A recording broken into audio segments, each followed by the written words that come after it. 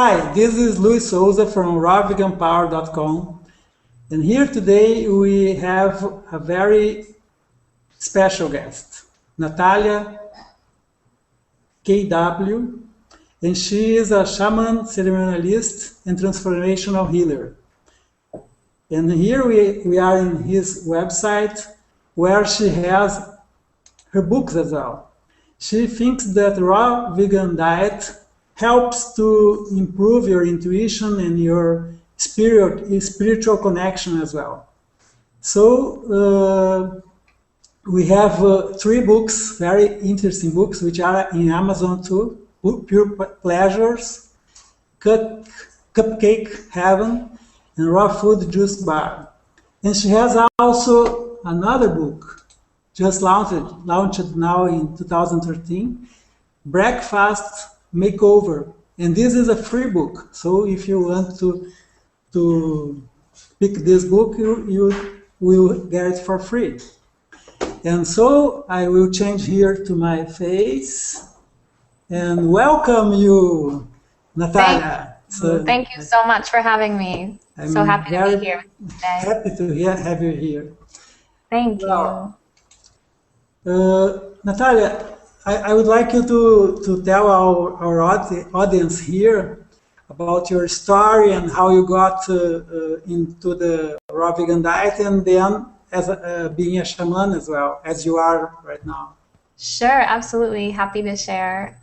Basically, I'd say about 5 years ago, I was just really sick with candida and a lot of health challenges where I just on a daily basis was just feeling exhausted and sick, and it was kind of one thing after the other, getting colds all the time, you know, having to call into work and just feeling generally unwell all the time. And really the candida was in full force. It was a really serious case. And I had seen many practitioners and doctors and in all realms. Both Western and Chinese medicine, naturopaths, nutritionists, had tested all kinds of tests. They found they knew exactly what strain of candida I had, and they said, this is how we heal it, and so many supplements and pills and diets and all these things, and I was sicker than ever after all of it. And so finally I was talking with my brother one day, and he was training in a chef's program with vegan cooking and also raw foods. And he asked if I had ever considered a raw food diet, and I hadn't. I had only seen, we have this store in America, Urban Outfitters. I don't know if they have it in Brazil, but it's this very kind of hip clothing and cool little gifts and things like that. And they had this raw food book, and that was the only taste of raw food I had ever had. It was Giuliano's book, and it was very fancy and looked very complicated, though very beautiful. I hadn't considered it. So he gave me a few books that he recommended, like Rainbow Green Live Food Cuisine by Gabriel Cousins, which is all about healing and especially low glycemic eating in the raw realm and really important for candida. So I ended up just saying, I've tried everything except really taking charge of my own health and taking it into my own hands. And so I just kind of dropped everything and went raw overnight. And it took a while. It took a while to detox all that candida and everything else that was going on. But after a few months, I really did feel remarkably different. All kinds of changes, physical, emotional, spiritual, just this full-on shedding of my past ways and my past illness in body, mind, and spirit completely. So it was really transformational. And for me, I just knew I had found something that was so powerful, and just being within myself and knowing the change, I said, how do I share this with the world and in a way that is fun and pleasurable and in a way that's sustainable. So I started to work on my first book, Pure Pleasures, with that goal in mind. How do I make the food as delicious as possible and also easy to prepare? Finding that, the main challenge with people who are interested in raw food is, oh, it's too time consuming, or it doesn't taste good, or, all these things coming into one. And my goal has always been to mystify it and to make it easy and accessible and delicious. So I've been working in that realm for about the past 4 years, and about in 2011, I hit a plateau, and I think that happens with many of us. We just get into a rhythm of what's working, and we don't think we ever need to make any more changes. It's like, oh, we found the secret to life. That's right. But when I sort of hit that place more in my emotional, spiritual health, I realized I wanted to bring another aspect into my work, and that is the emotional and spiritual healing. And so I embarked on a year-long training in shamanic energy medicine and trained in a lineage from the Andes of Peru, and basically doing work with the energy body that surrounds the physical body, where as shaman we see a lot of times physical disease or emotional disorders manifesting in the energy body before they're manifesting in the physical body. So we do work to clear all of that when things come up in people's lives, say, having trouble at work, having trouble in relationship, having dissatisfied in life. How do we work that before it manifests on a physical level, before it gets too serious? How do we draw the energy out of that experience? So that's been my journey.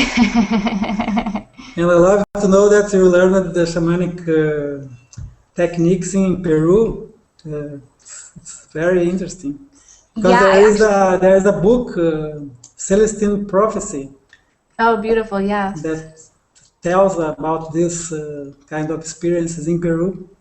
Yeah. And how do you, well, I'm sure you know these things, how the raw vegan diet helps people to have more intuition and spiritual connection? I think it's happened to you as well, right? Yeah, absolutely. For me, I find a standard diet, and even for me, before I did raw food, I was vegan, but I ate a lot of junk food, French fries and potato chips, and that's vegan, corn chips, and it's all vegan, right? Right.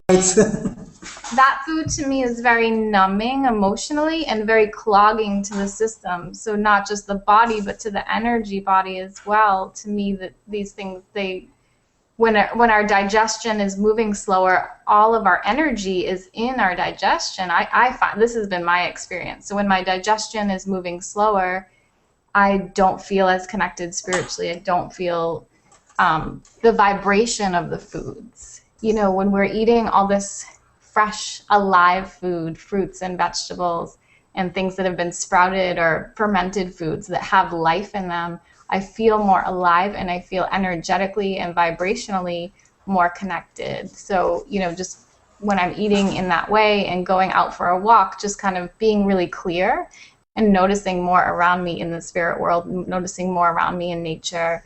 And for me, it was so interesting because when I was eating just sort of like my standard vegan diet and then switched to raw food, one of the first things that I noticed was remembering my dreams. And it was this super clarity that I suddenly had in this memory of dream states, which is really, we get messages in our dreams all the time. So seeing my diet without dreaming and with dreaming, completely different connection for me spiritually and with my intuition. And what about the aura of the people? Someone who isn't on a raw vegan diet and then becomes raw vegan, is there any difference between in the aura? That's a great question. I haven't worked with a lot of people who eat raw. I do it, for myself because for me, it keeps me doing my work really well. It keeps me really clear in my work. I'm trying to think. I haven't noticed, but I would imagine if you could, because with the Carillion photography where I don't know if you've seen this, but in some of the books, they'll have like the cooked broccoli and then the alive broccoli. I would imagine it would be very similar, but I haven't seen it in that way where anyone's done it with bodies. So I would be really curious about that myself. I made this question because I saw the picture of the broccoli.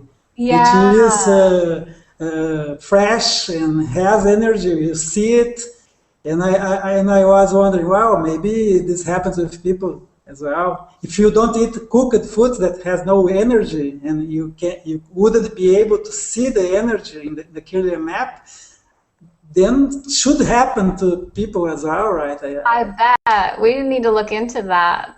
I've seen the photos of the auras before, but the only ones I really remember are mine and my husband's, and we both eat mostly raw food, so I don't have any comparison.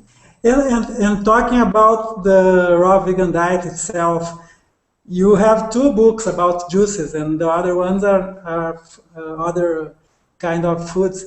Do you think the juice is better to, let's say, open your chakras, or I mean, does it have a good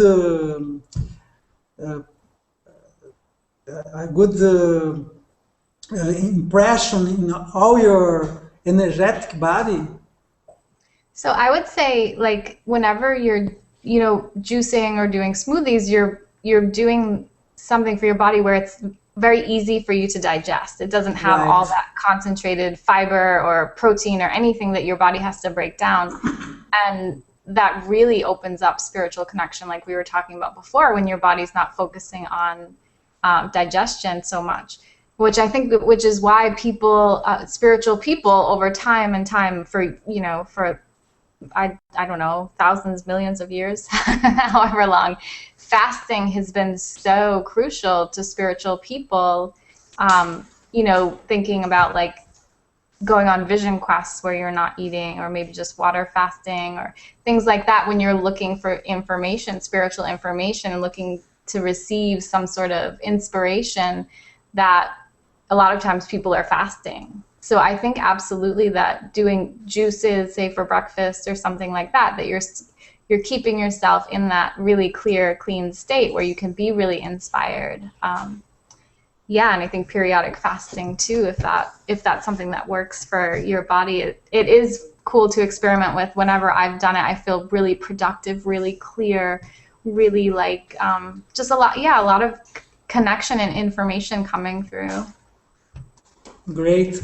And what about your healing sessions? I was reading your blog yesterday, and you have healing sessions locally in Santa Cruz, right? Yeah. Where you live, and you do it remotely as well, right? Yeah, I do. I do it over Skype, or I do it on the phone with people as well, so I can work with people anywhere. And yeah, we usually spend an hour or an hour and a half together, and it's a combination of conversation like this. We're just checking in, seeing where you're at in your life. And the fun thing about a shaman is that we're like map makers, and we figure out kind of like what's the connection between what you said happened today and what happened in your childhood, or you might have stubbed your toe this morning, but like actually that brought something up from way back, so we're looking at the web that everything creates together, and looking at the patterns that come up in your life, and seeing where things have been repeated and how that has left an impression on you of trauma or pain or whatever it is for you in this moment.